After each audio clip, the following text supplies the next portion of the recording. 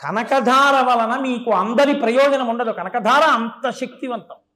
అందుకే దద్యాదయానుపవనో ద్రవిణాంబుధార అస్మిన్న కించన విహంగ శిశవిషణ్ణే దుష్కర్మ ఘర్మమపనీయ చిరాయ దూరం నారాయణ ప్రణయిని నయనాంబువాహ. నయన అంబువాహ. అమ్మ నీ కంటి చూపు అనేటటువంటి నల్ల మేఘంతో కొట్టదలబారాయమ్మ. ఆవిడ చేసిన పాపం అనేటటువంటి వేడి ఏదుందో దాన్ని కొట్టిబారేసి పాపాలన్నీ తీసేయి. ఎలా తీసేయాలబ్బాయి అంటావా? ఇదిగో నా చేతిలో ఉసిరికాయ వేసింది, చాలదా? ఏమీ లేని తల్లి ద్వాదశి కట్టి పెట్టుకున్న ఉసిరికాయ తెచ్చి నా చేతిలో వేసింది, అయ్యో బ్రహ్మచారి అని. ఈ చేతిలో వేసిన ఉసిరికాయకి ఆవిడ యొక్క ప్రేమనితో కొలిచి చూస్తే ఆవిడ గతంలో చేసిన పాపాలు పెద్ద లెక్క, ఈ పుణ్యాన్ని అడ్డుపెట్టి కొట్టేయమ్మా అన్నారు శంకరాచార్య. అంటే లక్ష్మీదేవి పొంగిపోయి, కొట్టేశాను రా అబ్బాయి పాపం అంతా, ఇప్పుడు ఆవిడ ఖాతాలో ఎంత పుణ్యం ఉందో నేనే లెక్క చెప్పలేను, అందుకే బంగారు ఉసిరికలు కురిపించేస్తున్నాను ఆవిడ దొడ్డి అంతా. ఇల్లంతా బంగారు ఉసిరికలే, ఎటు చూసినా. ఒక్క కాయ శంకరాచార్యుల వారు పట్టుకెళ్ళారా? ఆయన ధర్మం అయింది. కనకధార కురిసిన ఉసిరికాయలన్నీ బ్రాహ్మణికి ఇచ్చి వెళ్ళిపోయారు. ఆనాటి నుంచి ఈనాటి వరకు ఆ కుటుంబం అలాగే ఉంది, ఆ అగ్రహారం కూడా అలాగే ఉంది. నాకు గుర్తుంటే ఆ పేరు సరిగ్గా దానికి పూల్ తొట్టమ్మని పేరు ఆ అగ్రహారానికి. ఇప్పటికీ మీరు అక్కడికి వెడితే పెద్ద పెద్ద ప్రాంగణాలు, మధ్యలో ఇళ్ళు ఉంటాయి. వాళ్ళు ఆ ఇంటికి ఇప్పటికీ ఇక్కడే కనకధార కురిసిన ఇల్లు అని గర్వంగా ఇంటి గేటు మీద స్వర్ణతమనాయ్ అని బోర్డు పెట్టుకున్నారు. మేము లోపలికి వెళ్ళి అడిగితే, అవునండి మా పూర్వీకుల విషయంలోనే శంకర భగవత్పాదులు ఇక్కడే కనకధార చేస్తే కనకధార పడింది అని చెప్పారు. అది శంకరుల కారుణ్యం అంటే. అందుకే శంకరులంటే ఆలయం కరుణాలయం.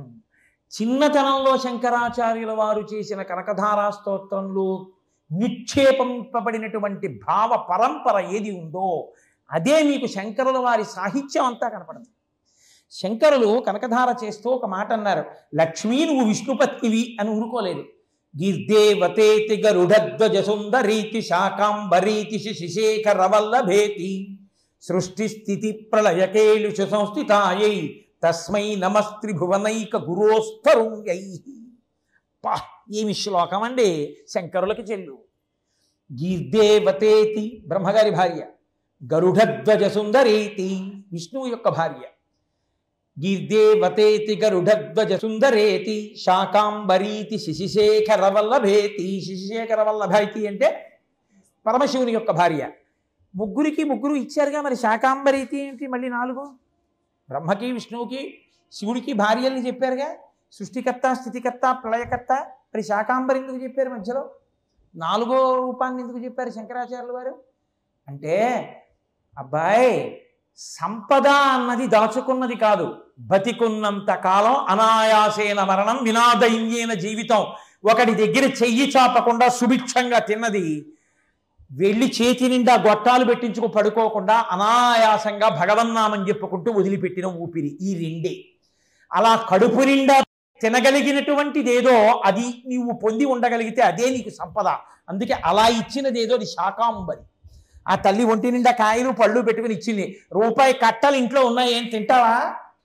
బంగారం కణికలు ఉన్నాయి, తింటావా? ఎందుకు పనికొస్తాయి అవి? పిరికితనంతో భయంతో చచ్చేట్టు చేయడానికి పనికొస్తాయి.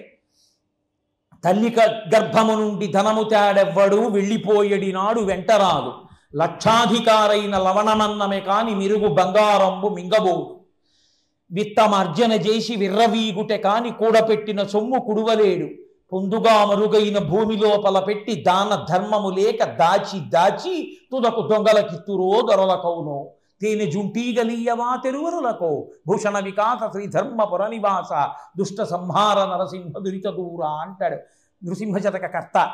దాచుకున్నదేది నీతో వచ్చేది కాదు, నీవు తినడానికి లోటు లేకుండా ఉంటే చాలు, అదే సంపద. హాయిగా ఆ సమయానికి నువ్వు వెళ్ళేటప్పటికీ సుభిక్షంగా ఉంటే చాలు. ఇంట్లోనా వండుదామంటే లేక, తిందామనుకుంటే కోసిన పండు కుళ్ళిపోతాయి, ఇంకా ఏమిటి నీకు బ్యాంకులో ఉన్నది? బ్యాంకులో కోట్లు, ఒంట్లో రోగం, ఏమిటి నీ సంపద? ఏమిటి నీ ఐశ్వర్యం? అది కాదు ఐశ్వర్యం. నువ్వు హాయిగా జీవించి ఉన్నంత కాలం తినగలగడం. తిన్నది కేవలం ఏదో ఆరోగ్యం కోసం ఈ శరీరాన్ని బాగా ఉంచుకోవడం కాదు. ఉంచి ఏం చేస్తావా శరీరంతో? బాగా ఉంచావు బాగుంది, ఏం చేస్తావు దాంతో? చేసేదేమీ లేదు. ఎందుకు ఉపయోగం దానివల్ల? బాగా ఉంచడం ఎంత ప్రధానమో ఉన్న శరీరాన్ని ఈశ్వర సేవకి వాడడం అంత ప్రధానం. లేనినాడు ఏదో ఒకనాడు పడిపోతుంది. నువ్వు ఎంత దాచినా, నువ్వు కట్టుకోకుండా దాచిన పంచెని ఎలా కొట్టేయాలో పురుగులకి తెలుసు.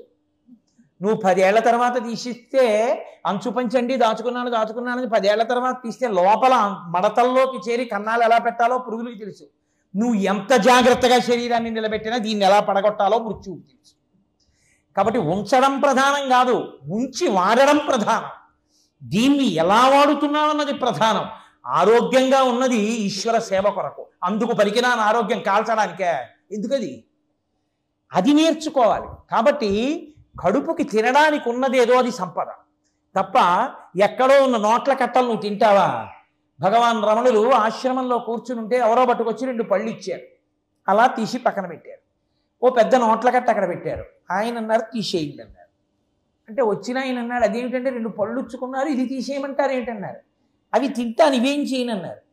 తర్వాత పనికి వస్తాయన్నారు. తర్వాత తినడానికి కావలసినవి నీలాంటి రూపంలోనే ఈశ్వరుడు మళ్ళీ తెస్తాడు. ఇవి నాకు అక్కర్లేదు, తీసేసుకోవాలి. అది పరమేశ్వరుణ్ణి నమ్ముకున్న వాళ్ళకు ఉండేటటువంటి స్థితి. కాబట్టి నీకు తినడానికి ఒకళ్ళకి పెట్టాలనుకున్నప్పుడు లోటు లేకుండా ఉన్నదేదో సంపద. జబ్బడిపోయి లక్షలు ఖర్చు పెట్టి దానివల్ల బతికున్నానని చెప్పుకోవడానికి పనికొచ్చిన సంపద దేనికి పనికొచ్చినట్టు? హాయిగా ఉన్నన్నాళ్ళు ఉక్కు పిండంలా ఉండడం, ఊడిపోయిన నాడు అనాయాసంగా భగవన్నామని చెప్తూ శరీరాన్ని విడిచిపెట్టాడు. వాడు ధన్యాత్ముడు. ఇది శాకాంబరి అనుగ్రహం రా అబ్బాయి, అది ఐశ్వర్యం, అది కోర్రా. ఇది చెప్పడానికే శంకరాచార్యులు వారు లోకానికంతటికి మార్గం చెప్పారు. శాకాంబరీతి ఆవిడ్ని తీసుకొచ్చారు. 3 మూర్తుల యొక్క శక్తుల్ని చెప్పి ఊరుకోకుండా 4వ మూర్తిని తీసుకొచ్చారు. అందుకే గీర్దేవతేతి గరుడధ్వజ సుందరేతి శాకాంబరీతి చిచేక రవల్లభేతి సృష్టి స్థితి ప్రళయకేలుష సంస్థితాయై. ఇది శంకరుల సిద్ధాంతం. భేదము చూడకు ఈశ్వరుని యందు. లక్ష్మి వేరు, పార్వతి వేరు, సరస్వతి వేరు అనకు. ఆవిడే నీకు చదివివ్వడానికి కూర్చున్నప్పుడు తెల్లటి బట్ట కట్టుకొని చదివిస్తుంది. ఆవిడే నీకు డబ్బులు ఇచ్చేటప్పుడు పద్మంలో కూర్చుని డబ్బులు ఇస్తుంది. ఆవిడే నీకు ఒంట్లో శక్తిని ఇచ్చేటప్పుడు ఎర్రటి బట్ట కట్టుకొని కూర్చుని నీకు శక్తిని ఇస్తుంది. ఏమిటి నీకు అభ్యంతరం? మీ అమ్మగారే నీకు తలస్నానం చేయించేటప్పుడు ఆ చీర పైకి పెట్టుకుని పమిట ఇలా దోపుకొని తాను కూడా స్నానం చేయకుండా చెమట కంపు కొడుతూ ఆ గాజులు అన్నీ కూడా గలగల గలగల శబ్దం వస్తుంటే నీ తల రుద్ది రుద్ది రుద్ది రుద్ది చదువు పేరు చెప్పి నువ్వేమో 4 వారాలకు ఒకసారి కూడా తలకు స్నానం చేయవు. తల నిండా పేలు జిడ్డు తోమి తోమి తోమి గోడలు జారిపోయి బయటికి వచ్చింది. ఏ అమ్మ కాదా? అమ్మే. ఆ అమ్మే నీతో పాటు కాలేజ్ డేకి వచ్చేటప్పుడు చక్కటి చీర కట్టుకుని నా కూతురు ఇన్ని ప్రైజులు తెచ్చుకుందని సంతోషంగా పువ్వులు పెట్టుకుని వచ్చింది. అప్పుడే మీ అమ్మ, అప్పుడు అమ్మే.